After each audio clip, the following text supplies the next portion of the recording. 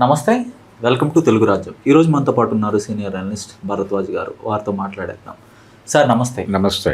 ఇంత డేటా ఉన్న వ్యక్తి, ఇంత బాగా ఎగ్జిక్యూట్ చేసే వ్యక్తి, 3 సార్లు ఇంత అంచనా వేసే వ్యక్తి, దూరదృష్టి గల వ్యక్తి, విజనరీ, ఆయన ఓటముల్ని ఎన్విజన్ చేసుకోలేకపోయారా? ఆయన 3 సార్లు ఓడిపోయారు. 3 సార్లు ఓడిపోవటం పక్కన పెడితే ఇప్పుడు ఆయన ఒంటరిగా పోటీ చేసి టీడీపీని కానీ ఒంటరిగా పోటీ చేయించి గెలిచే పరిస్థితి ఉందంటారా మరొక 20 ఏళ్ల సమీప భవిష్యత్తులో? అంటే ఎన్టీ రామారావు గారు వరుసగా గెలిచిన చరిత్ర ఉంది. ఆ తర్వాత ఎవరికి అది రిపీట్ కాల. ఈవెన్ కేసీఆర్ కూడా రిపీట్ కాల. 3వ ఎన్నికలో ఆయన గెలుస్తాడు, ఎన్టీఆర్ రికార్డును బ్రేక్ చేస్తాడని మాట్లాడారు, కానీ జరగలేదు. అంటే వీళ్ళకి వచ్చిన ప్రాబ్లం ఏంటంటే ఈవెన్ వైఎస్ రాజశేఖర రెడ్డి కూడా గెలిచి ఉండేవాడు కాదు అప్పుడు. చిరంజీవి అనే ఎలిమెంట్ లేకపోతే ఆ ఎన్నికల్లో ఆయన గెలవటం అనేది ప్రశ్నార్థకమే.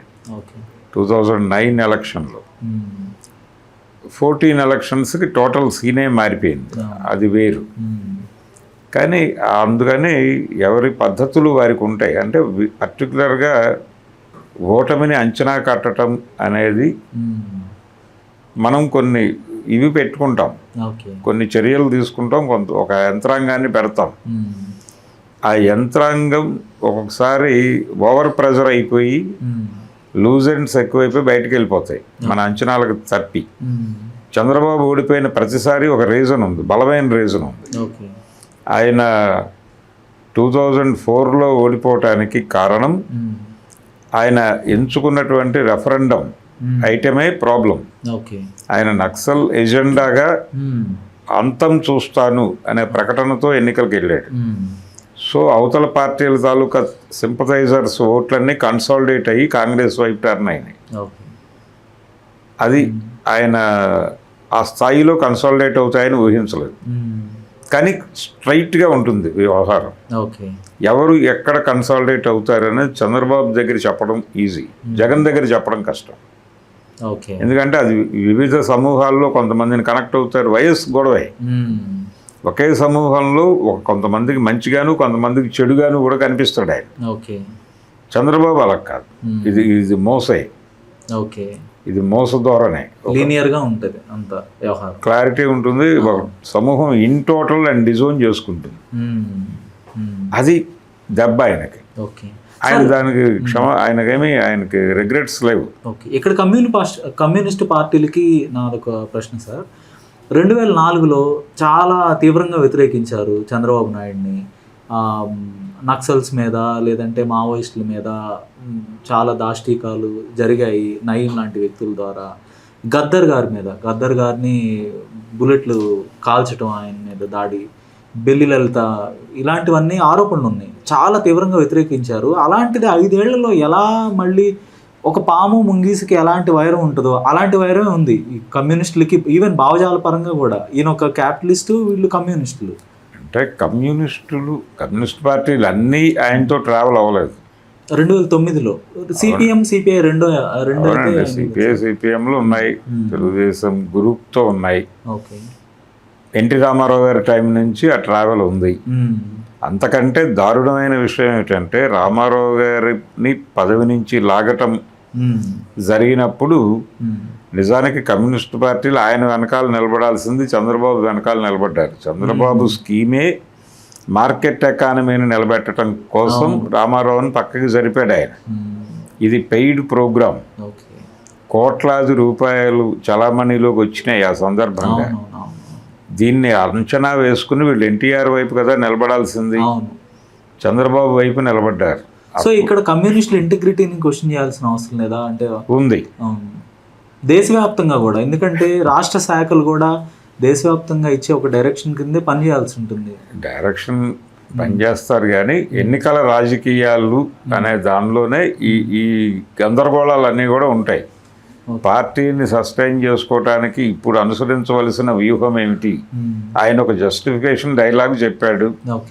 తెలుగుదేశం పార్టీ రామారావు గారి మీద మాకు అచంచల గౌరవం ఉంది, కానీ ఆయన ఒక దుష్టశక్తి ఆవరించింది. ఆ దుష్టశక్తి బారి నుంచి ఆయన్ని పార్టీని కాపాడుకోవడం కోసం ఇది విప్లవం జరిగింది తప్ప ఆయన్ని కాదని కాదు.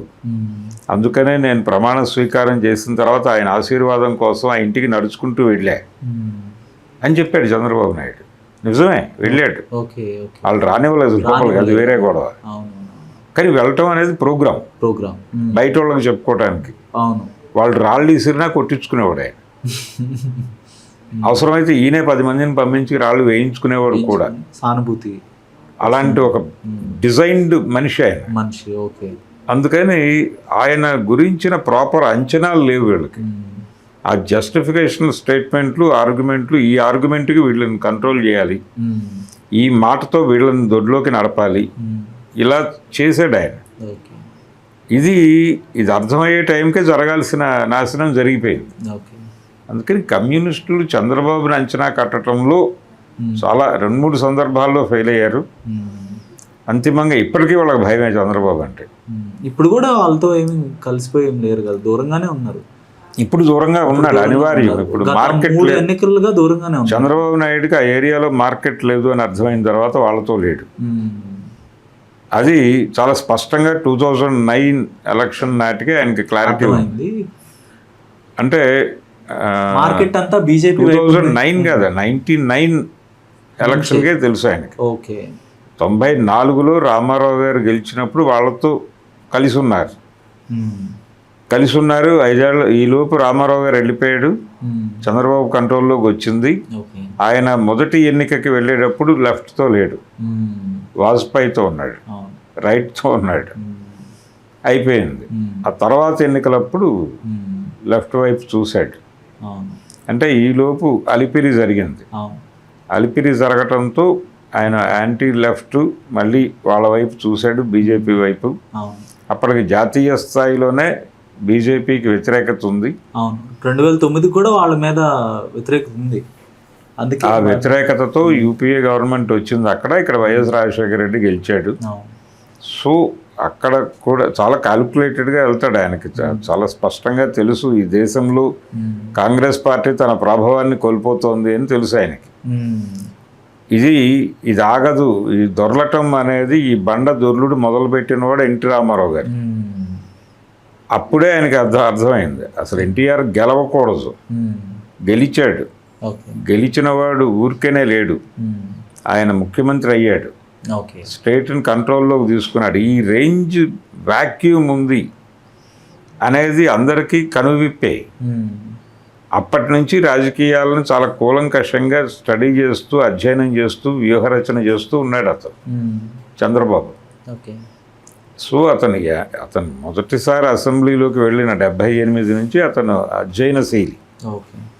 అందుకని ఆయన మెకానిజం వేరు, ఆయన ధోరణి వేరు. ఆయన ఎవరినైనా టార్గెట్ చేస్తే చాలా ప్రాపర్గా టార్గెట్ చేస్తాడు, ఫిక్స్ చేస్తే అంతే ప్రాపర్గా ఫిక్స్ చేస్తాడు. అవతల వాళ్ళని డ్యామేజ్ చేయాలన్నా అంతే పద్ధతిగా డ్యామేజ్ చేస్తాడు. ధన్యవాదాలు. Thank you. హలో, తెలుగు రాజ్యం ఛానల్ చూస్తున్నారా? సామాజిక, రాజకీయ, జీవన చిత్రణే తెలుగు రాజ్యం. అతిశయోక్తులు, అసత్యాలు ఉండవు. రాజకీయ కోణం కాదు, ప్రజా కోణమే కొలబద్ద. తెలుగు రాజ్యం వీక్షణ మీ ఉత్తమ అభిరుచికి నిదర్శనం.